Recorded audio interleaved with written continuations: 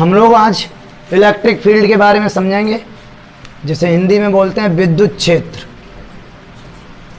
विद्युत क्षेत्र को समझने के लिए हम लोग कुछ प्रीवियस बातों पे बात करते हैं। पिछली क्लासों में आपने चार्ज के बारे में पढ़ा और चार्ज को समझा भी कि चार्ज किसी भी वस्तु पर कैसे आता है, जब हम उसे रफ कर देते हैं। किसी बॉडी पर नेट चार्ज हमेशा क्या होता है, 0 होता है। चार्ज कितने प्रकार का होता है, 2, पॉजिटिव और नेगेटिव। अगर चार्ज पॉजिटिव है तो वो प्रतिकर्षण बल लगाएंगे, रेपल करेंगे, या नेगेटिव है तब भी रेपल करेंगे, और अगर पॉजिटिव नेगेटिव है तो वो अट्रैक्ट करेंगे। मतलब हम लोगों ने जब चार्ज के बारे में पढ़ा तो हमें एक चीज़ ये समझ में आई कि चार्ज जब किसी वस्तु पर आ जाता है, या चार्ज की ऐसी प्रॉपर्टी है, ऐसा गुण है कि वो दूसरी वस्तु पर क्या आरोपित करता है, बल। मतलब कहीं भी चार्ज आ जाए, जैसे इस पेन पर चार्ज आ गया तो निश्चित बात है कि ये पेन जो है वो फोर्स लगाना स्टार्ट कर देगी, लेकिन उसकी एक निश्चित सीमा होगी। जैसे ये चार्ज रखा है प्लस Q, तो इस चार्ज की, ये चार्ज यहाँ पर रख दिया तो सिंपल सी बात है ये चार्ज अपने चारों तरफ क्या लगाने लगेगा, फोर्स लगाने लगेगा, क्योंकि चार्ज का तो गुण है बल लगाना। लेकिन इसकी एक लिमिट होगी, एक एरिया होगा अपना कि भाई ये इतने ही बीच में फोर्स लगा सकती है, इसके बाहर नहीं लगा सकती। भाई अगर मैं इस जोन में आऊँगा, इस एरिया में आऊँगा तो हमें फोर्स का अनुभव होगा, अगर हम यहाँ हूँ तो फोर्स का अनुभव नहीं होगा। बात समझ में आई। मतलब ये है कि जब हम कभी किसी इलेक्ट्रिक फील्ड में प्रवेश करते हैं या चार्ज के क्षेत्र में प्रवेश करते हैं जहाँ चार्ज रखा है, तो हमें एक फोर्स का अनुभव होता है। बात समझ में आई। क्यों होता है आप जानते हो, क्योंकि चार्ज की वो प्रॉपर्टी है, वो फोर्स लगाएगा ही लगाएगा। इसके बाद हम लोग थोड़ा परीक्षण आवेश के बारे में जानेंगे, जिसे हम लोग टेस्ट चार्ज कहते हैं। क्या कहते हैं, टेस्ट चार्ज। मैंने बता दिया, आपसे पहले ही चर्चा कर चुका हूँ। ठीक, चार्ज की ये प्रॉपर्टी है कि वो अपने चारों तरफ एक एरिया में फोर्स लगाएगा। किसी भी बॉडी पर चार्ज अगर जैसे इस पेन पर आ गया तो ये पेन भी अदर बॉडी पर क्या करेगी, फोर्स लगाना स्टार्ट कर देगी। लेकिन इसका एक क्राइटेरिया होगा, एक एरिया होगा, उतना ही बीच में लगा सकते हैं। इसकी एक सीमा होगी, हर चीज़ की अपनी एक सीमा होती है। अपना मैनपुरी डिस्ट्रिक्ट है, इसकी भी एक सीमा है ना, सीमा। हर जिले के साथ इसकी सीमा कनेक्ट है। एटा डिस्ट्रिक्ट को जैसे ही हम लोग सकीट पार करेंगे, एटा में पहुंच गए। सकीट से इधर हैं, मान लो हम किस में, मैनपुरी डिस्ट्रिक्ट में। ठीक, इधर हम लोग घिरोर पहुंच गए तो घिरोर तक हैं, तब तक तो हम लोग हैं मैनपुरी डिस्ट्रिक्ट की सीमा में। और जैसे ही घिरोर पार किए सिकोहाबाद पहुंचे तो वैसे ही हम फिरोजाबाद डिस्ट्रिक्ट में आ गए। समझ में आ रही है। मतलब उसकी सीमा है, अपनी एक एरिया है, रेंज है, वो एक निश्चित एरिया में ही फोर्स लगा सकता है। अब जैसे चार्ज यहाँ पर रखा है और मान लो हम कोई बॉडी यहाँ पर रखे तो वो क्या चार फोर्स का अनुभव करेगी, नहीं करेगी। मतलब आवेश के चारों ओर का ऐसा क्षेत्र, किसी आवेश के चारों ओर का ऐसा क्षेत्र जिसमें कोई कण आकर्षण या प्रतिकर्षण बल का क्या करता है, अनुभव करता है। ठीक है, वो तो हमारा हो गया, क्या उसे कहते हैं, इलेक्ट्रिक फील्ड। ठीक है, बात समझ में आई। अब अच्छा ये बात भी है कि इलेक्ट्रिक फील्ड में जब हम होंगे, मान लो यहाँ पर है तो फोर्स की वैल्यू कुछ और होगी, अगर मैं यहाँ हूँ तो फोर्स की वैल्यू कुछ और होगी। मतलब और यहाँ पर है तो फोर्स की वैल्यू कुछ और होगी, यहाँ पर है तो फोर्स की वैल्यू कुछ और होगी। मतलब इलेक्ट्रिक फील्ड में भिन्न भिन्न दूरियों पर फोर्स की वैल्यू भिन्न भिन्न होती है। भाई अगर हम चार्ज के बहुत समीप हैं, हमें बहुत ज़्यादा फोर्स का अनुभव होगा। हम चार्ज से दूर हैं, सिंपल सी बात है, फोर्स का कम अनुभव होगा। मतलब अब बात यहाँ पर ये उठती है कि सर जब हम विद्युत क्षेत्र में भिन्न भिन्न दूरियों पर जाते हैं तो फोर्स का भिन्न भिन्न अनुभव होता है। क्या कोई ऐसी राशि है जो इस चीज को, जो हमें परिवर्तन देखने को मिलता है, इसको एक्सप्लेन कर सके? भाई एक क्वेश्चन उठता है ना कि हम जब चार्ज के समीप हैं तो फोर्स की कुछ और वैल्यू अनुभव कर रहे हैं, चार्ज से दूर है, मतलब जैसे जैसे डिस्टेंस में चेंजिंग आएगी वैसे वैसे हम लोगों को फोर्स का भी अनुभव बदला हुआ लगेगा। तो यहाँ पर यह क्वेश्चन उठना बहुत स्वाभाविक है, क्या सर इस परिवर्तन को, जो ये हम भिन्न भिन्न दूरियों पर फोर्स की वैल्यू को डिफरेंट पा रहे हैं, क्या इस परिवर्तन को कोई ऐसी राशि है जो एक्सप्लेन कर सकती है? तो है, हमारा आंसर होगा है। तो वो क्या है, intensity of electric field, intensity of electric field, FIELD। और इसको क्या कहते हैं, विद्युत क्षेत्र की तीव्रता। इस क्वांटिटी के द्वारा हम भिन्न भिन्न दूरियों पर रखे हुए जो भिन्न भिन्न दूरियों पर जाते हैं और फोर्स में चेंजिंग पाते हैं, उसको हम लोग समझ सकते हैं। अब इलेक्ट्रिक इंटेंसिटी है क्या? विद्युत क्षेत्र तो समझ में आ गया आपको कि जब भी आवेश कहीं आएगा, जैसे यहाँ आवेश आ गया तो सिंपल सी बात है, इसके चारों ओर एक क्षेत्र क्रिएट हो गया, उस क्षेत्र में वो फोर्स लगा सकता है, क्योंकि भाई आवेश जहां है वहां विद्युत क्षेत्र तो होगा ही होगा। मतलब विद्युत क्षेत्र का मतलब एक ऐसा क्षेत्र जिसमें हम एक बल का अनुभव कर सकते हैं। बिना चार्ज के इलेक्ट्रिक फील्ड क्रिएट नहीं हो सकता है। चार्ज नहीं हो, चार्ज यहां से हटा लो, अभी ये इलेक्ट्रिक फील्ड है नहीं है। लेकिन यहां पर चार्ज रखा है प्लस क्यू, और हम यहां पर हैं तो फोर्स का कुछ अलग अनुभव करेंगे, यहां पर है फोर्स का कुछ अलग अनुभव करेंगे, यहां पर है फोर्स का कुछ अलग अनुभव करेंगे। मतलब हम हैं तो एक ही इलेक्ट्रिक फील्ड में, लेकिन भिन्न भिन्न दूरियों पर जाते हैं। देखिए हैं तो इलेक्ट्रिक फील्ड के अंदर ही, लेकिन जैसे जैसे दूरी चेंज होती है वैसे वैसे फोर्स की वैल्यू बदलती है। इसका मतलब ये है कि सर भिन्न भिन्न दूरियों पर इलेक्ट्रिक फील्ड में हम लोग भिन्न भिन्न फोर्स का अनुभव करते हैं। तो यहाँ पर ये क्वेश्चन उठना बहुत स्वाभाविक है, सर क्या कोई ऐसी क्वांटिटी है जो इसको एक्सप्लेन कर सके, ये चीज जो हमें देखने को मिल रही है। तो वो उसका आंसर है वो कौन है? विद्युत क्षेत्र की तीव्रता, इंटेंसिटी ऑफ इलेक्ट्रिक फील्ड। अब इंटेंसिटी ऑफ इलेक्ट्रिक फील्ड क्या कहती है, उसको समझने से पहले हम लोग एक छोटा सा चीज समझेंगे, टेस्ट चार्ज, आवेश, परीक्षण आवेश। टेस्ट चार्ज को हम लोग क्यू नॉट से डिनोट करते हैं। किससे करते हैं? क्यू नॉट से, या क्यू जीरो भी बोलते हैं। अब ये क्यू नॉट हमें टेस्ट चार्ज क्यू नॉट, ये हमारा हम लोग जानते हैं कि चार्ज की ये प्रॉपर्टी है, वो जहां भी आएगा इलेक्ट्रिक फील्ड बनाएगा। लेकिन ये हम लोग एक ऐसा चार्ज लेट कर लेते हैं, केवल मान लेते हैं, मतलब हम सिर्फ कल्पना कर लेते हैं कि क्यू नॉट एक ऐसा चार्ज है जो अपना इलेक्ट्रिक फील्ड नहीं बनाता है। मतलब अगर ये किसी दूसरे चार्ज के इलेक्ट्रिक फील्ड में जाएगा तो उस क्षेत्र को, उस विद्युत क्षेत्र को प्रभावित नहीं करेगा। क्यों? क्योंकि तो ये तो सिर्फ एक काल्पनिक चार्ज है, हमारी सिर्फ कल्पना है। ये ऐसा चार्ज है जिसके पास कोई इलेक्ट्रिक फील्ड नहीं है, या कोई इलेक्ट्रिक फील्ड ये नहीं बनाता है। बात समझ में आ रही है? ये कोई इलेक्ट्रिक फील्ड नहीं बना सकता है, ना बनाता है। हम लोग इसे जहां चाहे वहां लेट कर सकते हैं, ये किसी चीज में कोई परिवर्तन नहीं करता है। ये सिर्फ हम लोग मान सकते हैं, एक काल्पनिक चार्ज है। तो कोई पूछे परीक्षण आवेश क्या है, टेस्ट चार्ज क्या है, तो हम बता सकते हैं टेस्ट चार्ज मात्र एक हमारी कल्पना है, या टेस्ट चार्ज एक काल्पनिक आवेश है जिसके स्वयं का कोई इलेक्ट्रिक फील्ड नहीं होता है। अब हम समझते हैं इंटेंसिटी ऑफ इलेक्ट्रिक फील्ड।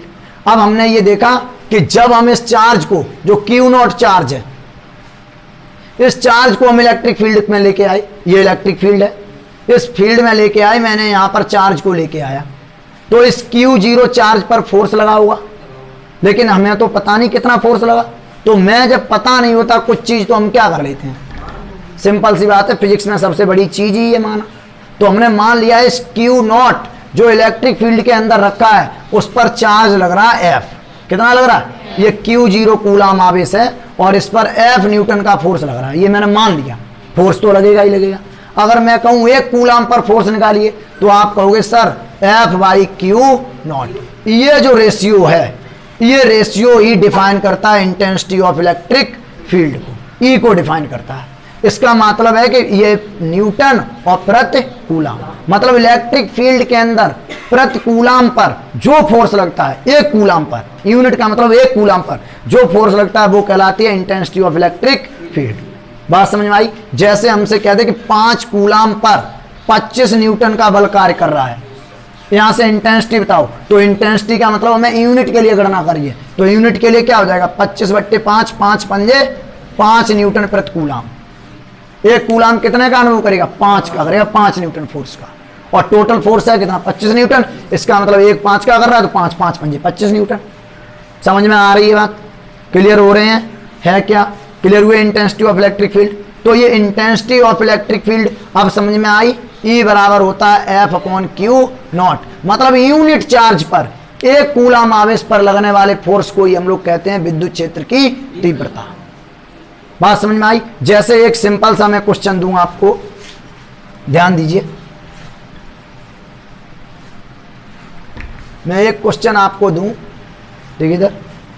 अच्छा, विद्युत क्षेत्र की तीव्रता ये हमने निकाली F अपॉन क्यू नॉट। अगर हमसे पूछ दे कि विद्युत क्षेत्र में बल कितना लगता है, तो हम सिंपल सा बता देंगे सर F बराबर E इंटू क्यू नॉट, इतना फोर्स लगेगा। क्यू नॉट क्या है? चार्ज, E क्या है? इलेक्ट्रिक फील्ड, F क्या है? फोर्स। अब हमसे कोई क्वेश्चन कर दे, कह दे कि सर हमसे क्वेश्चन करे 15 गुणा 10 की घात -4 न्यूटन प्रति कूलाम, या +4 मान लो, 15 गुणा 10 की घात 4 न्यूटन प्रति कूलाम। न्यूटन प्रति कूलाम किसका मात्रक है? विद्युत क्षेत्र की तीव्रता। मैं किसी कण पर, किसी पार्टिकल पर 4.5 न्यूटन का बल लगता है। कितने का लगता है? 4.5 न्यूटन का बल लगता है। विद्युत क्षेत्र की तीव्रता बताइए। तो हम कहेंगे सर सिंपल सी बात है, हमें दे रखा है, क्या दे रखा है? आपके समझ में आ रहा है? बहुत ही सिंपल सा लॉजिक है, आपको समझ में आ रहा है कि Fe हमें दे रखा है कितना, इधर सॉरी वो कह रहा है, ध्यान दीजिए सॉरी, कि एक विद्युत क्षेत्र जिसका मान क्या है? 15 गुणा 10 की घात 4 न्यूटन प्रति कूलाम। मैं किसी कण पर 4.5 न्यूटन का बल लग रहा है, बताइए आवेश का मान क्या था? आवेश का मान क्या था? मतलब क्यू नॉट, आवेश की वैल्यू क्या थी? तो हम लोग कहेंगे सर E बराबर होता है F upon Q naught. Simple सी बात है, हमसे पूछ रहा है क्यू नॉट की वैल्यू क्या थी, तो F अपॉन क्या हो जाएगा? E हो जाएगा। फोर्स कितना लग रहा है? 4.5 न्यूटन का लग रहा है, और ये E की वैल्यू कितनी है? 10 की घात +4। तो यहाँ 0.5 बार कट गया, 0.3 बार कट गया, 15 तियां 0.3 बार, और क्यू नॉट बराबर जब 3 पॉइंट में इंटू 10 की घात 4 पॉजिटिव है, ऊपर जाएगी नेगेटिव में, तो इतना कूलाम आवेश होगा। उस चार्ज की वैल्यू जो होगी वो कितनी होगी? 0.3 गुणा 10 की घात -4 कूलाम। समझ में आ रही बात? क्लियर हुए? ठीक। यहां से एक और क्वेश्चन देखिए कैसे पूछ सकता है। यहां से एक क्वेश्चन अगर कैसे पूछेगा कि एक अल्फा कण पर, ध्यान दीजिए, एक अल्फा कण पर 15 या 1.5 गुणा 10 की घात -2 न्यूटन प्रति कूलाम के विद्युत क्षेत्र में, जरा ध्यान दीजिए, एक अल्फा कण पर 1.5 गुणा 10 की घात -2 न्यूटन प्रति कूलाम के विद्युत क्षेत्र में, ठीक है ना? समझ में आ रही है? कितना बल लगेगा? कितना बल लगेगा? जरा ध्यान दीजिए, लगेगा। अब बात अल्फा कण की है, तो अल्फा कण पर कितना चार्ज होता है? +2E होता है। अल्फा कण पर चार्ज कितना होता है? Q बराबर कितना होता है? 2। अल्फा कण पर 2 इलेक्ट्रॉन होते हैं, तो अल्फा कण पर चार्ज क्या हो गया? क्यू नॉट की जो वैल्यू है वो क्या हो गया? 2 गुणा 10 की घात 2 गुणा 1.6 गुणा 10 की घात -19। E की वैल्यू यही होती है। तो इसका मतलब अल्फा कण पर जो चार्ज होगा 16 दूनी 3.2 गुणा 10 की घात -19 कूलाम, और E का मान हमें दे रखा है कितना? 1.5 गुणा 10 की घात -2 न्यूटन प्रति कूलाम। समझ में आ रही है बात? क्लियर हो रहे हैं? अब वो हमसे कह रहा है कितना फोर्स लगेगा। तो कितना फोर्स लगेगा? आप जानते हो इलेक्ट्रिक फील्ड की जो वैल्यू होती है वो F अपॉन क्यू नॉट, और यहां से फोर्स इलेक्ट्रिक फील्ड में जो लगता है E इंटू क्यू नॉट। समझ में आ रही? तो यहां से F बराबर हम निकालेंगे, E की वैल्यू कितनी है? 1.5 गुणा 10 की घात -2, और क्यू नॉट की वैल्यू है 3.2 गुणा 10 की घात -19। समझ में आ रही बात? अब यहां से F बराबर, जरा ध्यान दीजिए, ये हो गया 1.5 गुणा 3.2, कोई दिक्कत, और ये इंटू 10 की घात -21 न्यूटन, इतना ही बल लगेगा। इसे आप लोग हल कर लेना, मल्टीप्लाई कर लेना। समझ में आ रही बात? हाँ, क्या हुआ? हाँ हाँ, अल्फा कण है, जो अल्फा कण पर जो चार्ज होता है वो 2 इलेक्ट्रॉन के बराबर होता है। समझ में आई? और इलेक्ट्रॉन पे तो चार्ज जानते ही हो कितना होता है? 1.6 गुणा 10 की घात माइनस, या ये कहें कि अल्फा कण के पास 2 इलेक्ट्रॉन होते हैं। कितना इलेक्ट्रॉन होते हैं? और एक इलेक्ट्रॉन पर आवेश इतना होता है, तो 2 इलेक्ट्रॉन पर गुणा 2 कर देंगे। बात समझ में आ गई? क्लियर हुए? अच्छा, इसके बाद हमने इलेक्ट्रिक फील्ड समझा, इंटेंसिटी ऑफ इलेक्ट्रिक फील्ड समझा। अब आइए हम लोग आगे चलते हैं, ध्यान देते रहें बहुत ही ध्यान से। ये न्यूमेरिकल्स कुछ समझ में आए कैसे पूछ सकता है, ठीक है ना? अब ध्यान दीजिए जरा। अब हम लोग मान लो हमसे ऐसा क्वेश्चन करे कि यहाँ कहीं पर चार्ज रखा है 5 कूलाम का, 10 कूलाम का, जो भी मान लो रखा है यहाँ पर, और जब आवेश रखा है तो निश्चित बात है ये इलेक्ट्रिक फील्ड बनाएगा। और बोल दे यहाँ से 2 मीटर की दूरी पर विद्युत क्षेत्र की तीव्रता बताइए। इस टाइप का क्वेश्चन। तो अब हमारे पास जो तीव्रता का फॉर्मूला है वो तो F अपॉन क्यू नॉट है।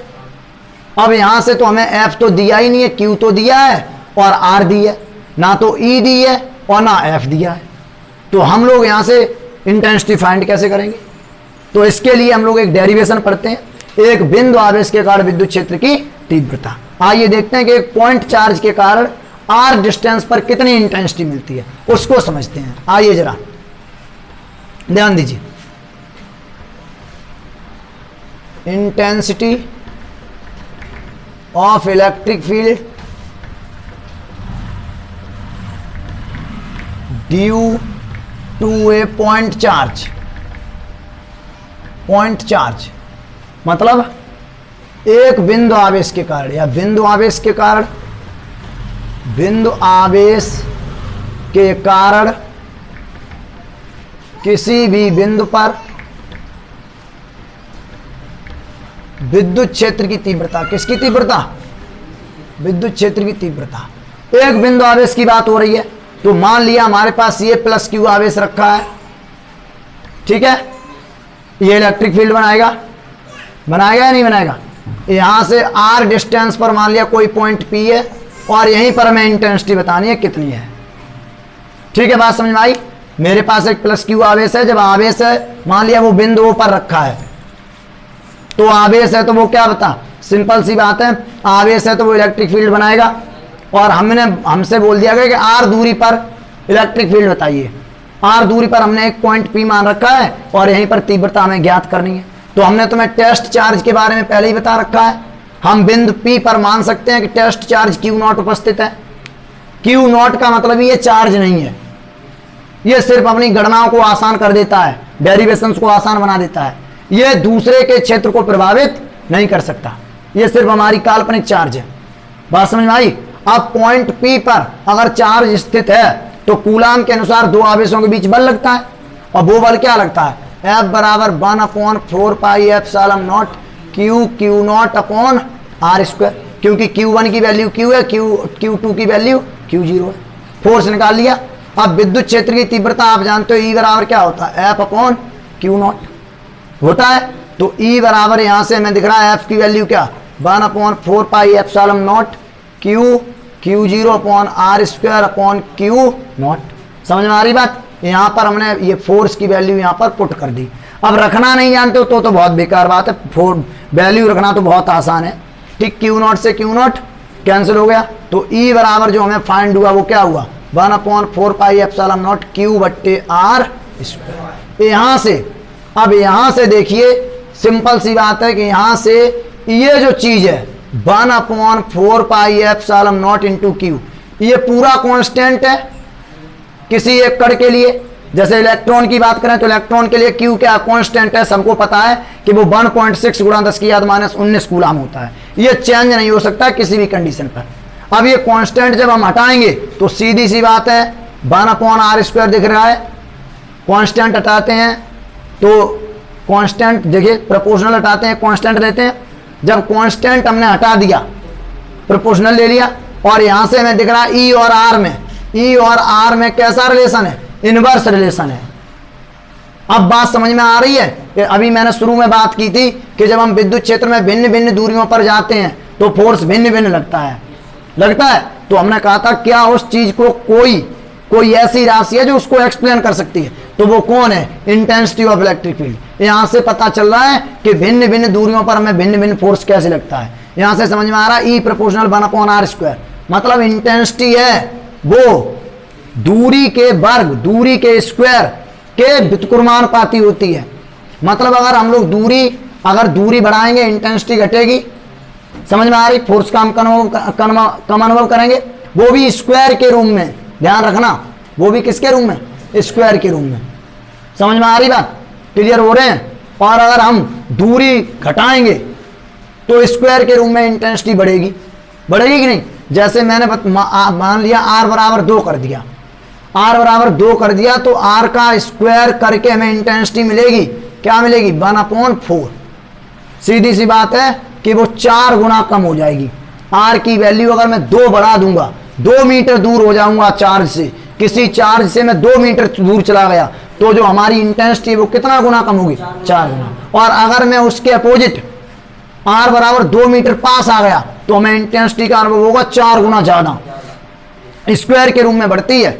अगर मैं यहां से ग्राफ खींचूं, E और R इनमें रिलेशन अपोजिट है। अगर मैं ग्राफ खींचूं तो ग्राफ से देखिए, ये मान लिया इधर इंटेंसिटी है और इधर अपनी डिस्टेंस है, 1 2 जो भी हो, 1 2 3 4 5, ठीक है। इधर हमारी दूरी है, ये इधर, और इधर इंटेंसिटी है जो भी हो, 5 10 15 न्यूटन प्रति कूलाम। ये न्यूटन प्रति कूलाम में और दूरी आपकी मीटर में है। कोई दिक्कत? मान लो शुरू में जो दूरी थी 1 मीटर थी, देखिए इस पॉइंट को देखिए, दूरी कितनी है 1 मीटर, और विद्युत क्षेत्रीय तीव्रता वहां कितनी है 15। अब अगर मैं दूरी बढ़ाकर 2 मीटर करूं, दूरी मैंने बढ़ा दी तो इंटेंसिटी क्या हो गई होगी, घट गई होगी या नहीं हो गई होगी? क्यों भाई? दूरी बढ़ाएंगे तो इंटेंसिटी घटेगी स्क्वायर के रूप में। तो जो ग्राफ हमें मिलेगा वो कुछ ऐसे मिलेगा। ये बता रहा है दूरी तो हम लगातार बढ़ा रहे हैं, जो ग्राफ गिर रहा है वो किसकी तरफ गिर रहा है, डिस्टेंस वाली एच की तरफ गिर रहा है। तो ये शो कर रहा है कि दूरी बढ़ाने पर इंटेंसिटी, देखिए इस पॉइंट पर 1 मीटर पर, जरा ध्यान दीजिए, 1 मीटर पर इंटेंसिटी 15 थी। जब हम 2 मीटर पर पहुंचे, ये देखिए 2 मीटर, इंटेंसिटी कितनी रह गई, 5 रह गई। और दूरी बढ़ाएंगे तो इंटेंसिटी 0 भी हो सकती है, मैं इलेक्ट्रिक फील्ड के बाहर हो जाऊंगा। कुछ समझ में आ रही है? ग्राफ समझ में आ रहा है? ये r स्क्वायर की वैल्यू रखी है, ये r स्क्वायर के रूप में बढ़ेगा। भाई जब मैं शुरू में 1 मीटर पर था तो हमारी इंटेंसिटी कितनी थी, 15 थी। अब मैंने दूरी 2 मीटर की, इस ग्राफ को देखिए तो तीव्रता घटी होगी स्क्वायर के रूप में। तो जब मैंने ये देखिए 2 मीटर डिस्टेंस हुई, तीव्रता कहाँ, देखिए इस पॉइंट को देखिए 5 के करीब आ गई, मतलब तीव्रता घटती है किसके रूप में, स्क्वायर के रूप में। तो अब समझ में आया, पॉइंट आवेश के कारण जो इंटेंसिटी होती है वो कितनी होती है, 1/4 pi epsilon not Q upon R square. और यहां से E प्रोपोर्शनल क्या होता है, 1/r स्क्वायर। मतलब E और डिस्टेंस में अपोजिट रिलेशन है। अगर डिस्टेंस बढ़ाएंगे तो इंटेंसिटी स्क्वायर के रूप में कम होगी, और अगर डिस्टेंस घटाएंगे तो इंटेंसिटी स्क्वायर के रूप में बढ़ेगी। ये ग्राफ देखिए सब शो कर रहा है। ग्राफ बता रहा है कि जैसे ही मैंने दूरी बढ़ाई वैसे ये ग्राफ देखिए नीचे उतरना स्टार्ट हो गया, ये ग्राफ नीचे उतरना स्टार्ट हो गया। मतलब इंटेंसिटी की वैल्यू हर एक दूरी के लिए डिफरेंट आ रही है। और शुरू में मैंने वही बात कही थी कि क्या, जब हम इलेक्ट्रिक फील्ड के अंदर थे तो हम यहाँ पर गए थे, तो भिन्न भिन्न दूरियों पर हमने भिन्न भिन्न फोर्स का अनुभव किया था। तो हमने कहा था क्या कोई ऐसी राशि है जो इसको एक्सप्लेन कर सकती है, तो वो कौन है, इंटेंसिटी ऑफ इलेक्ट्रिक फील्ड। बात समझ में आई, क्लियर हुए? अब जैसे तुमसे कह दे यहां पर एक क्वेश्चन, ध्यान दीजिए, कह दे कि एक इलेक्ट्रॉन से, क्वेश्चन कह दे सिंपल सा, एक इलेक्ट्रॉन से 2 मीटर की दूरी पर विद्युत क्षेत्र की तीव्रता बताइए। तीव्रता एक इलेक्ट्रॉन से, तो यहां इंटेंसिटी एक इलेक्ट्रॉन का मतलब एक आवेश, और एक आवेश के लिए तीव्रता पढ़ चुके हैं। E बराबर क्या होता है, 1/4 pi epsilon not Q by R square. और यहां पर Q बराबर क्या दिया तुम्हें, एक इलेक्ट्रॉन, और एक इलेक्ट्रॉन की वैल्यू क्या होती है, 1.6 गुणा 10⁻⁻19 कूलम।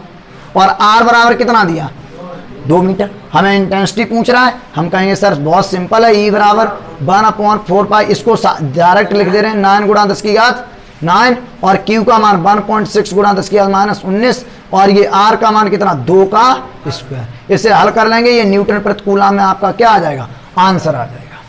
समझ में आ रही? तो इंटेंसिटी से परिचित हुए, और इंटेंसिटी हमारी कैसी है, वेक्टर क्वांटिटी, कैसी है, सदिश राशि है। इंटेंसिटी कैसी है, सदिश राशि है। अब इंटेंसिटी सदिश राशि है तो इसमें डायरेक्शन भी होगी, क्योंकि कोई भी वेक्टर क्वांटिटी परिमाण के साथ साथ दिशा से मिलकर बनती है। तो इस सूत्र से तो हम लोग केवल उसका परिमाण बताते हैं, डायरेक्शन नहीं बता पाते हैं। तो देखिए जरा ध्यान दीजिए। अच्छा एक बात बताओ, विद्युत क्षेत्र को तुम लोग देख सकते हो, नहीं देख सकते हो, केवल उसको अनुभव कर सकते हो। भाई जैसे ये प्लस Q आवेश आया तो इसके चारों ओर इलेक्ट्रिक फील्ड बना, उस इलेक्ट्रिक फील्ड को हम देख तो नहीं सकते, बस उसका अनुभव कर सकते हैं। तो अब गणनाओं को समझने के लिए, थ्योरी को समझने के लिए, फिजिक्स को समझने के लिए, या मैं तुम्हें समझाने के लिए कुछ ना कुछ तो यूज करूंगा।